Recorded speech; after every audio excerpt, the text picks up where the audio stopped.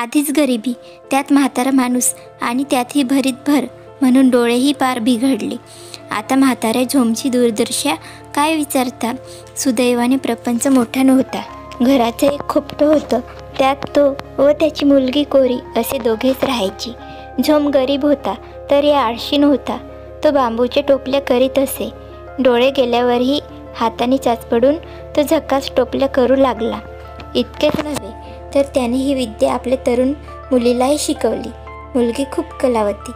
तिने नक्षीचे रंगीत टोपल्या विणायला आरंभ केला व त्या टोपल्या कोरियातले खूप लोक विकत घ्यायला लागले. चालले होते रुटुकुटू. भाजी भाकरी तरी पोटभर मिळू लागली. पुष्कळ झाले, पण असे जरा ठीक चालते आहे. तर झोमच्या मूर्खपणाने त्या झोपड्यावर फार मोठे संकट आले. एक म्हातारा त्या दिवशी रानात एकटाच भटकायला फिरायला गेला. नेहमीची बांबूची रान सोडून भलतीकडे गेला. पायाखालच्या ओळखीचा रस्ता नव्हता, तरीही गमतीने चाचपडत चालला होता. तर काय सांगावे, वाटेत एक विहीर होती, उघडी, ना कठडा ना काही अशी. त्यात तो धपकन पडला अन खोल खोल जाऊन तळाशी उभा राहिला. विहीर खूप खोल होती, पण पाणी बेताचंच होतं, म्हणून बुडाला नाही इतकंच. तेथे उभं राहून तो खूप मोठ्यानं ओरडू लागला, धावा, मी आंधळा माणूस विहिरीत पडलो, मला वाचवा रे, मला बाहेर काढा कुणी, मरतो नाही तर मी, दयावंत कुणी वर काढा. पण त्या रानात माणसं कुठे ये जा करीत होती. एवढी निर्जन अरण्य ते. पण झोमचे नशीब बरे म्हणायचे. ते गावचा पाटीलच तिकडून चालला होता. त्याने ते आरोळे ऐकून डोकावून पाहिलं तर म्हातारा झोम थंडीत कुडकुड करीत विहिरीत उभा. म्हातारड्या, दिसत नाही ते नाही आणि इकडे कुठे मरायला आलास? पाटील ओरडला. झोमच्या जीवात जीव आला. पाटील आलेत. तो म्हणाला, चुकलं माझं, पण मला आता वर काढा आधी. पाटील भलताच निर्दयन कमालीचा लोभी माणूस. कुणाचं काळे एवढं काम केलं तर गाडीभर पैसे मागायचा. तो म्हणाला, आधी नाही, वर काढीन, पण मला बक्षीस काय देतोस ते बोल, काय पाहीन? मग पाहीन. काय देणार मी गरीब? देईन तर 10 नाणी, फार तर काढावर. 10 नाणी 10 रुपयेच का? नाही जमायची. मग एवढे श्रम मी करायचे ते काय 10 टिकल्यांसाठी? मर इथेच. हा निघालो मी. थांबा पाटील, जाऊ नका. काय हो तुम्हाला सांगा. 50 पोती तांदूळ देण्याचं वचन दे.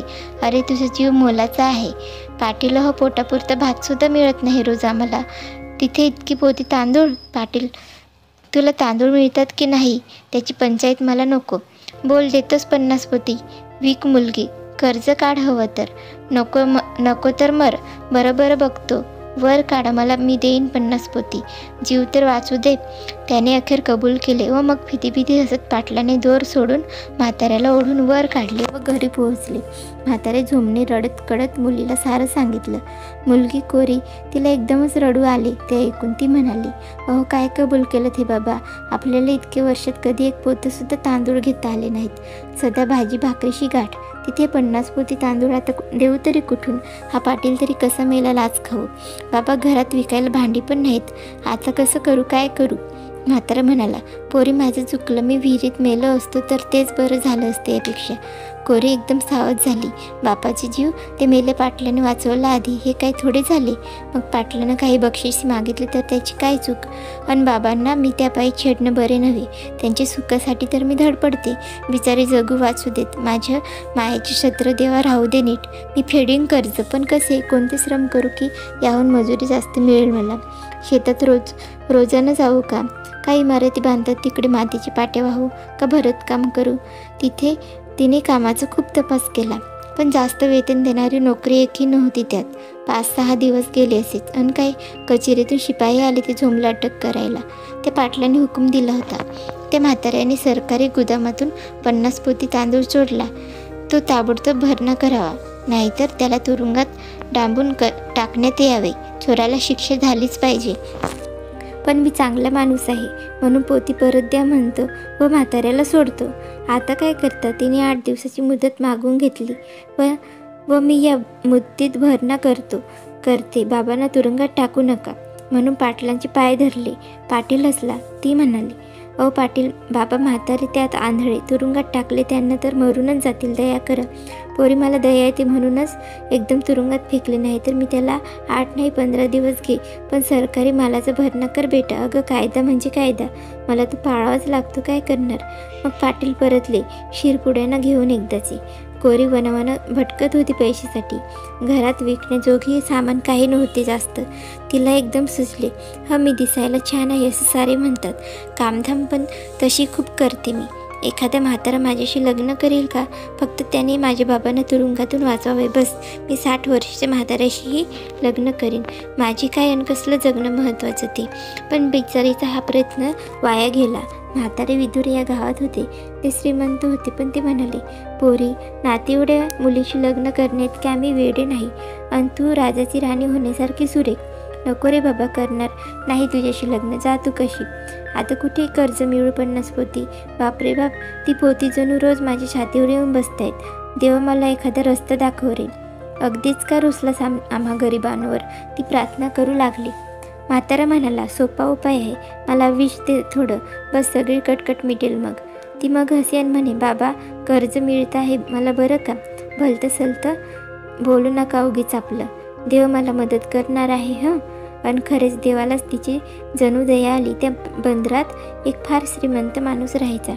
त्याचे समुद्रातून माल ने आण करायचा व्यापार होता. किती आगबोटी मालवाहू जहाजे त्याची. ती नेहमी समुद्रात जाई करायची. त्या माणसाला दर्याचा राजा असं नाव होतं. ते त्याला शोभून दिसे. पण अतिश्रीमंती आली की माणूस फार भारी गर्विष्ठ होतो व वाटेल तसे उर्मटपणे बोलतो. हे तुम्ही पाहिलेच असेल. दर्या राजाही उन्मत्त झाला. पैशाचं धूर डोळ्यांवर साचत चालला. तो म्हणे, खरेच मी समुद्राचा खरा राजा, दर्याचा राजा मी. या सगळ्या महासागरावर माझी सत्ता चालते की नाही. लोक म्हणत, दर्याराज समुद्राचा राजा खरा वरुण देव. तो देव आहे, तुम्ही मनुष्य, असं भलतंच बोलू नये. अरे जा कुणी पाहिलं वरुण देव अंजल देव. सगळ्या तुमची मूर्खट बोळसट कल्पना. खरा समुद्राशी व्यवहार करतो मीच. तुमचं तो वरून नुसता प्रार्थनेचा दगडचा देव. मीच खरा देव, समजलात. आता हे अतीच झाले. गर्व म्हणजे किती. देवाला तुच्छतेने बोलले आहेत का. समुद्रदेव खरा वरून. जलराज त्याला हे सारे समजत होते. तो अखेर या वल्गना ऐकून चिडला. अरे हा दर्याराज इतकं मस्तावला काय, बघून घेतो, वरून म्हणाला व त्याचा कोप झाला. आता खरे जलदेव, त्याचा तो राग कसा असा तसा. हळूहळू दर्याराजे प्रत्येक गलबत वादळ सापडून फुटू लागले, बुडू लागले. माल भरला की मुसळधार पाऊस पडून तो कुजलाच म्हणून समजा. मोठमोठाले मगर, मत्स्य, मासे शेपटाची तडाखे देऊन त्याची बोटी पालत्या करू लागले. आणि समुद्रातून परदेशी जाणारी जहाजे, त्यातली माणसं वादळाने मरू लागली. आता मात्र दर्याराज हादरला. सारखे नुकसान म्हणजे किती. त्यातून अपयश. लोकांत बोलवा झाली. अहो या दर्याराजी जहाजे बुडतात. उगीच नको त्याच्याशी व्यापार करणं. नको त्याची जहाजातून प्रवास. मरणाचा रस्ता असतो. मोठा अपयशी माणूस, त्याचे तोंड बघू नये. अपशकुनी आहे तो. सारा धंदा बुडायची वेळ आली. तेव्हा मात्र दर्याराज गेला एका साधूकडे व त्याने उपाय विचारला. साधू म्हणाला, मूर्ख, तुझे फाजील गर्वाने वरुणा राजाचा तुझ्यावर कोप झाला. एकच उपायाने वाशील. एखादी सुंदर तरुक अव्यहात मुलगी बळी दे जलदेवतेला, तर हा कोप दूर होईल. चालतं हो इथून, जा, कर हवंय ते. बळी, तरुण सुंदर अव्यहात मुलगी बळी द्यायला कुठून मिळायची. त्याने गावभर दवंडी पिटवली. म्हणाल तेवढे पैसे देईन, पण मला बलिदानाला अशी मुलगी हवी. ती द्यावं. पैसे नाही, घरदार, शेती, मळा, दागिनेही हवं तर मागा, मी देतो. पण मुलगी बळी द्यायला खुशी दे. त्या मुलीलाही तयार असलं पाहिजे. आहे कोणी अशी? 25 दवंड पिटून 8 दिवस झाले, मुलगी कोणी दिसेना. लोक गरीब झाले. आपल्या मुली नकोशे का झालेत. कोण देणार जलसमाधी घ्यायला. भिकारीसुद्धा म्हणू लागले, भट्टीत घाला तुमचे पैसे, आमची मुले ठार करायला निघालेत. त्यापेक्षा तुम्हीच जा बळी, राक्षस कुठले. मग दर्याराज निराश होऊन संचित बसू लागला. एक दिवस झोमची कोरी नावाची मुलगी तिथे आली. सुरेख लग्नाची मुलगी. हसत मुक्ती म्हणाली, दर्याराज, मी तयार आहे बळी जायला. मी आपण हो स्वतःची इच्छेने आले. हे पहा इच्छापत्र. खरंच पोरी, खरंच शेवटी प्रयत्नाला यश आले. माझ्या मुली, तुला या बदल्यात काय हवे सांग. म्हणशील ते देतो. फार काही नाही, 50 पोती तांदूळ. झोप विणकर यांच्या नावाने पाटील कचेरीत भरणा करून पावती आणून द्या. पोती पोचल्याची व दुसरे झोमबाबा, माझा म्हातारा आंधळबाप, त्याला माझ्यानंतर पोटभर अन्न, अंगभर वस्त्र, राहायला जागा, त्याची व्यवस्था बघायला एखादा सेवक हे जन्मभर नीट मिळेल असे लिहून तीही योजना करा. बस इतकंच. मी सगळे करतो ते, शपथ करेन. पण पोरी, इतके तांदूळ कर्ज म्हणून घेतले होते तुझ्या बापाने? ती असं म्हणाली. जाऊ दे, झालं. आम्ही कर्ज एक नाण्याचे हे घेतलं नाही, पण देणे आहे पाटलाचं, एवढं खरे. आणि मी तयार आहे, जहाज निघेल तेव्हा. हा बापाची पालनपोषणालाही करार करून दे न्यायाधीशांकडे. ते करारपत्र झाले व खरंच झोंबाबाला यातले काहीच न सांगतात ती एक दिवस बोटीवर चढली. रडणे नाही, असरू नाही, काही नाही. घट्ट मन धरून ती मनात म्हणते, समुद्रदेवते, वरुण बाबा, मी तुमच्याकडे येत आहे. आपण होऊन मला पोटात घे व सांभाळ देवा. खोल बोहराची जागा येताच आपण होऊन तिने बोटीतून उडी घेतली. धप्पा आवाज, मग 4 बुडबुडे निघाली. ती गरगरली व खोल गेली बिचारी. बापासाठी पोरीने धीराने मरण पत्करले. बोटीतले लोकही डोळे पुसू लागले व वाईट वाटून घेत परतले. समुद्रात उडी टाकताना तिच्या मनात आले, समुद्र तळाशी मोठाले खडक असतात म्हणे, त्यावर डोके आपटून बहुतेक मरण येणार आपल्याला. पण हे काय? ती खोल पाण्यात चालली. तिला वाटले कुणी हळूच आपल्याला सांभाळून नेत आहे. पाण्याखालीच पण मऊ मऊ रेतीत तिचे पाय अडकले. खडकत नाही. कोणीतरी म्हटले, मुली डोळे उघड, सावध झालीस का? म्हणजे मी स्वप्नात आहे काय? ती की स्वर्गात पोचले? त्रास नव्हता तिला, समजेना. परत कोणी म्हटले, हे स्वप्न नाही, तू सुरक्षित व जिवंत आहेच पोरी, डोळे उघडून बघ, मी वरून जलदेव. तिने पाहिले तो खरंच एक देवाची मूर्ती समोर उभी. रागीट नव्हे, संतप्त नव्हे, नाहीच, उलट संतुष्ट. देव म्हणाला, मुली, माझी प्रार्थना केलीस मगाशी, ती ऐकून मी तुला माझ्या घरी आणले आहे. बळी घेणार घरी माझा देवा? वेडे आहेस तू? मी बळी घेणारा दुष्ट राक्षस नाही. ते सारं तुम्ही माणसं तुमच्या कल्पनेने ठरवून आम्हाला बळी घेणारे म्हणता. तूच पहा, लोक वादळात तुफानात बोटी घालतात, मग ते बुडणारच. ती काय माझी चूक? खवळलेल्या सागरात पोहायला जातात, नाही तर महापुरात उड्या घेतात, मरतात. मी काय करणार? ते माझे बळी नव्हेत. मला बळी नकोत. मग मला कसं आणलं इथे? तू बळी म्हणून नाहीस, मला आवडलीस. तू एक सद्गुणी, बापासाठी जीवही द्यायला तयार होणारी, धीराची प्रेमळ मुलगी म्हणून. खरं सांग, तू का तयार झालीस बळी जायला मुली? तिने सारे सांगितले. वरून हसला न म्हणाला, ठीक, पाटलाला त्याबद्दल शिक्षा होईल. मी करीन. राहा आता माझ्या घरात आनंदाने 4 दिवस, मुलगी जशी तू माझी. मग ती आनंदाने तिथे राहू लागली. वरून राजा रत्नाकरच तिथं धनद्रव्याला कमी नव्हते. इतक्या वेगळ्या फुलांच्या बागा होत्या व इतके सुरेख रंगीत मासे होते की तिला किती बघू किती नाहीसे व्हायचे. सारे काही पाण्यातले राज्य, पण सृष्टीने इतके सुंदर रंग तिथे ओतले होते की बस. शेवाळ्यांच्या वेलींची पानरोपे बांधून केलेला झुलासुद्धा होता. तिचे दिवस मजेत चालले होते, जशी ती माहेरी चालली होती वेगळ्या. इकडे म्हातारे जोमची अवस्था मात्र अगदी वेड्यासारखी झाली होती. त्याला आता खानावळीतून आयतं ताट वाढून येत होते. त्याचे कर्ज कसले म्हणा, पण त्याचे ते देणे फिटले होते. सोबतीला एक सेवकही राहत होता जवळ, पण मन ते अगदी फुटून तुटून गेले होते. पश्चातापाचे विंचू रोज रांगे मारित होते. लाडक्या माझ्या मुलीने काय केले हे? अरे रे, स्वतः पाण्यात जीव दिला. यापेक्षा मी म्हातारडे ते विहिरीत मेलो असतो फार बरे झाले असते. मी जगलो. ती एवढीशी सुकुमार गोंडस माझी कोरी, ती मात्र हसत मेली. माझ्या गाढवपणामुळे तिच्यावर ही वेळ आली. हाय हाय देव, मला क्षमा करशील का रे? ने आता तुझ्याजवळ पुष्कळ जगलो मी. रडता डोळ्याला सूज येत होती बापड्याला रोज. दिवस काय चाललेच होते.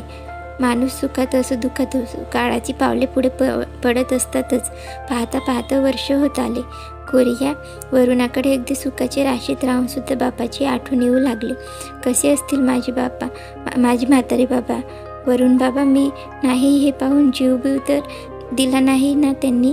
केव्हा एकदा भेटून येईल असे झाले, ती म्हणाली. वरुण हसला व म्हणाला, मला माहीतच होते तू पितृभक्त मुलगी, बापाला भेटायला जायचे विचारणारच, म्हणून मी बघ तयारी केली आहे. त्या तिथे जलमंदिरापुढे बघ बरं. तिने जाऊन बघितले. आहा, हे खरेच फुल का होते एखादे? का वरुणाने तयार करवले? त्याला 100 पाकळे होते व मध्यभागी एक माणूस आरामाने झोपू शकेल एवढे ते प्रचंड आकाराचे होते. वरुणाने फुलाच्या आत पाऊल ठेवले व तो जरा आडवा झाला. तशी आतल्या थोड्या पाकळ्या हळूच मिटल्यावर त्याची एक छानशी पांघरून झाली वरुणाच्या अंगावर. मग वरून उठताच ते सर्व पाकळे उमलले. अतिसुंदर सोनेरी रंग व सुवास तर एवढा अप्रतिम की दुरून भुंगे धावत येऊ लागली. अर्धा मैल तरी तो सुवास पसरून राहिलेलाच. ती अगदी चकित झाली. नजर हलेनाच तिची फुलावरून. त्या फुलाचा आकार कमळाचा, रंग सोन्याचा, सुवास पिवळा चाफ्यांचा. ती म्हणाल, किती सुंदर, कशासाठी हे फुल उमलले आहे इथे? वेडे उमलले नाही, तयार करवलं आहे मी ते. ही तुझी पुष्प नौकाच आहे म्हणेनास. यात बस व झोपी जा. उठशील ती तुझ्या गावात. भिवू नकोस. ही नौका कायम सुगंधित व प्रफुल्ल राहील.